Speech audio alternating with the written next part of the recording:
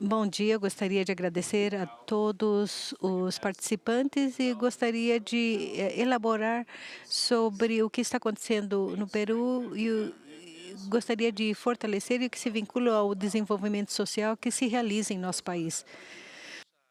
Para isso, vamos a começar explicando essa evolução histórica da liberdade religiosa do Peru, os antecedentes constitucionais de 1812 até 15, na qual, nos textos constitucionais, estabelecia que a religião católica era oficial e professava a religião católica apostólica romana.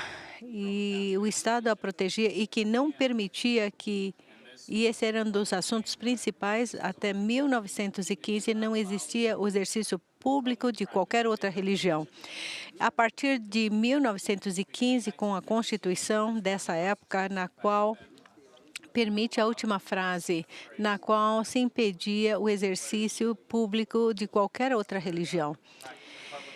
E isso evolucionou mais em 1933, onde se estabelece de maneira positiva que se respeita os sentimentos de maioria nacional, mas a maior das outras religiões, eles exercem o respeito. Ou seja, em 1915, se elimina a proibição de exercer qualquer outro culto. Em 1933, reconhece-se a liberdade de culto em maneira pública. Contudo, em 1979, a Constituição de 1979, que tem um desenvolvimento maior a respeito dessa liberdade religiosa.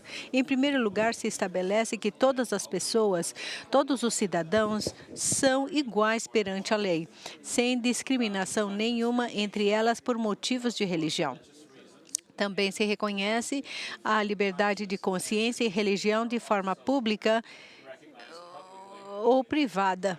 Não existe perseguição por ideias, crença ou religião. E assim mesmo se reconhece o exercício da religião de forma individual ou pública, ou coletiva, que eu quero dizer.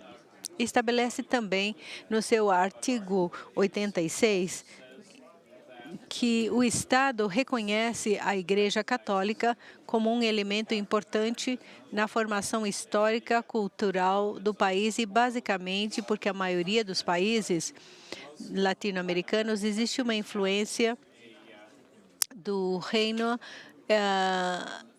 espanhol e foram aqueles que iniciaram a formação cultural em todo o país.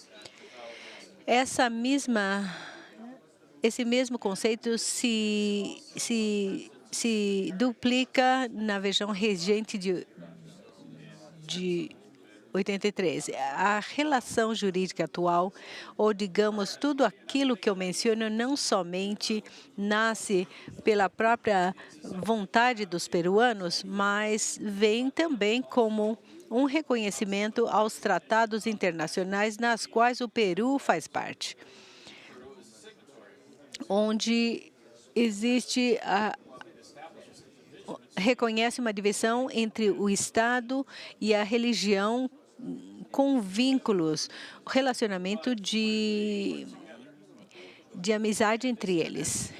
Isso começa com a Declaração Universal dos Direitos Humanos, no qual o Peru foi executado em 59, onde ele se estabelece esse direito ou liberdade religiosa, inclui também o direito de mudar de religião, crença, assim como também de manifestar-se pública ou privadamente, ou exercê-la. Depois, nós temos o Pacto Internacional dos Direitos Civis e Políticos, na qual o Uruguai fez parte em 78, prévia à instituição de 79, onde se considera a liberdade de pensamento e religião. E isso inclui a eleger ou escolher a religião que ele considera e trocar em determinado momento, se você o desejar.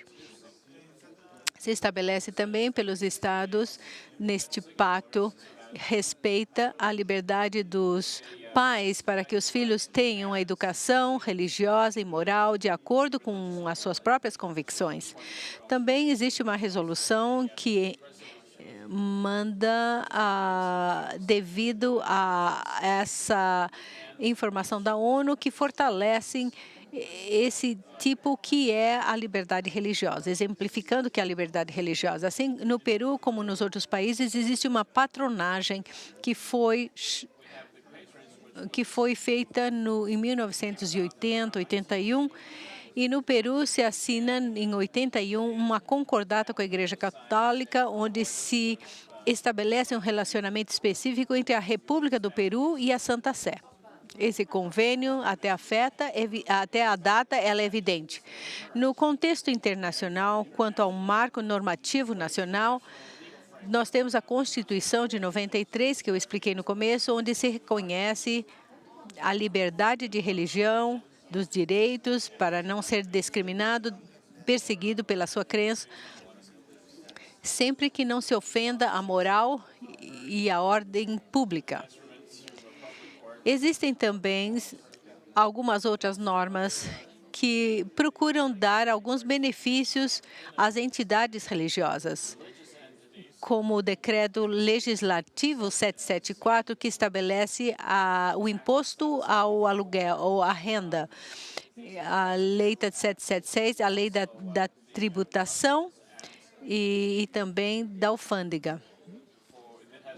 A lei do imposto de renda estabelece que essas entidades religiosas vão estar exoneradas de pagar imposto desde que sejam os fins específicos. O que acontece com a lei do imposto dos prédios? O imposto do prédio que paga a transferência dos imóveis e o imposto vincular que é correlacionado com o veículo. No caso dos prédios, estão exonerados ou estão todas as entidades religiosas, templos, monastérios e museus. No caso do imposto de cabala, que as entidades religiosas que adquirem um imóvel destinado a esses fins estão também exoneradas. O mesmo no caso dos carros que estão em propriedade da entidade religiosa. No caso da alfândega, está em direitos arancelários de acordo com as doações que são efetuadas pelas entidades religiosas para os seus próprios fins. O mesmo com a lei da facilitação do exterior, se faz um procedimento mais fácil para que possam importar alguma determinada entidade religiosa para o cumprimento dos seus fins.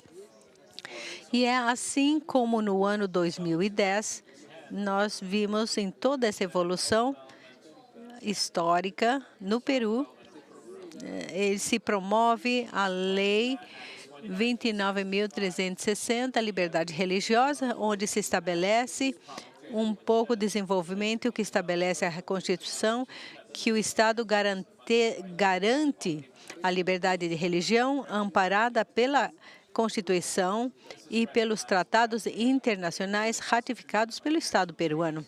Ratifica que o exercício público-privado dá direito livre e tem como único limite a proteção do direito dos demais ao exercício das liberdades públicas e os direitos fundamentais. Se vê no Peru, já se vinha permitindo ou reconhecendo o direito constitucional dos direitos religiosos e de todas as pessoas em geral para ter a liberdade de escolher a sua religião ou de professar. Em 1910, se emite esta lei para reforçar o que já havia sido discutido no nível do fato e o que estabelecia a Constituição e os tratados. Também estabelece o que já mencionava, a igualdade do trato entre todas as entidades religiosas, que se proíbe toda ação ou omissão que discrimina uma pessoa por sua crença religiosa. Aí está a definição de entidade religiosa, que para o Estado peruano se entende como entidade religiosa e as igrejas ou comunidades religiosas, pessoas que professam, praticam e ensinam essa fé, conta com credo, culto moral, estudo moral. E agora, o Ministério da Justiça dos Direitos Humanos tem um papel fundamental neste fortalecimento e a coordenação e colaboração das entidades religiosas. Nós temos dentro do Ministério da Justiça e Direitos Humanos e os ministérios, dentro do Ministério da Justiça existe uma direção geral que se chama de Justiça e Cultos. Essa direção geral tem duas direções por baixo. Uma delas, a direção de assuntos da Igreja Católica, por causa da concordata, que já está assinada, e os outros de crenças interconfessionais. O que faz isso é ajudar a fortalecer da Igreja, da liberdade religiosa, e estabelece um relacionamento de colaboração um pouco mais sólida no dia a dia das entidades religiosas frente ao Estado. Por exemplo, está a direção dos assuntos interconfessionais, intervém no procedimento migratório. No início, quando eu mostrava um dos benefícios dos direitos que tinham as entidades religiosas, não comentei sobre a imigração, que é um problema para aqueles que vêm de fora do país, que têm com vista de turista aos missionários, etc.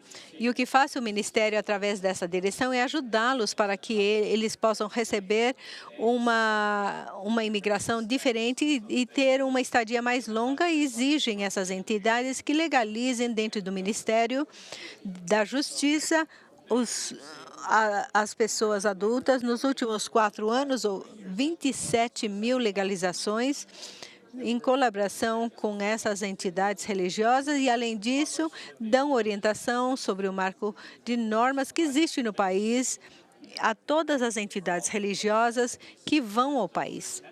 Existem, e se comentou sobre a entidade religiosa que nasceu em 2003 e 2004, que existiam aproximadamente mais ou menos 158 confissões inscritas. Confissões religiosas, 143 entidades, 14 federação de confissão, uma.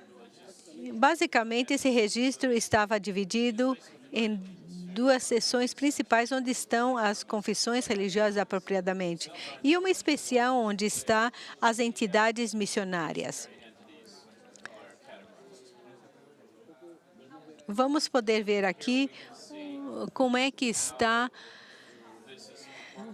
dividida essas entidades escritas. São evangélicas, na maioria, que não tem uma estrutura hierárquica definida, mas cada igreja tem a sua próprio regulamento e autonomia, a diferença dos judeus, dos budistas, etc.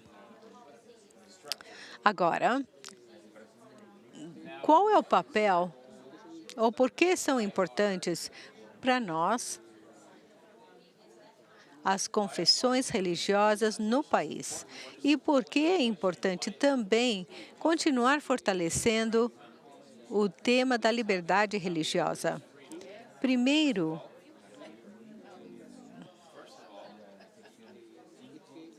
é que a religião é mais fácil governar um país que tenha uma determinada condição, determinada de conduta, padrões de conduta, e isso é permitido que cada pessoa possa desenvolver-se de uma melhor maneira. Aqui não faça isso. E, segundo lugar, esse princípio comum entre todas as confissões religiosas de apoio ao próximo e buscar sempre o bem-estar comum da comunidade.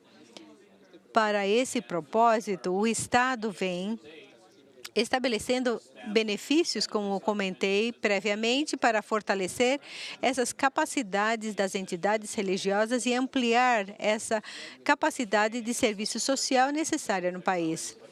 Exemplos disso, nós temos a missão suíça no Peru, que está em Pucallpa, uma das províncias ubicadas na selva, na Amazônia do Peru. Tem 48, 50 anos no Peru, nessa área, alfabetizando na selva do Peru. É um país pluricultural, tem mais de 100 microculturas, idiomas, e essas entidades religiosas missionárias, eles vão a essas zonas dar ajuda àqueles que moram lá. E, nesse caso, esta missão, o que ela faz é ajudá-los a melhorar as suas capacidades técnicas em determinadas atividades e ofícios e trabalho naquilo que podem se desenvolver na zona. E está também a missão SAM, que é uma comunidade cristã, onde eles têm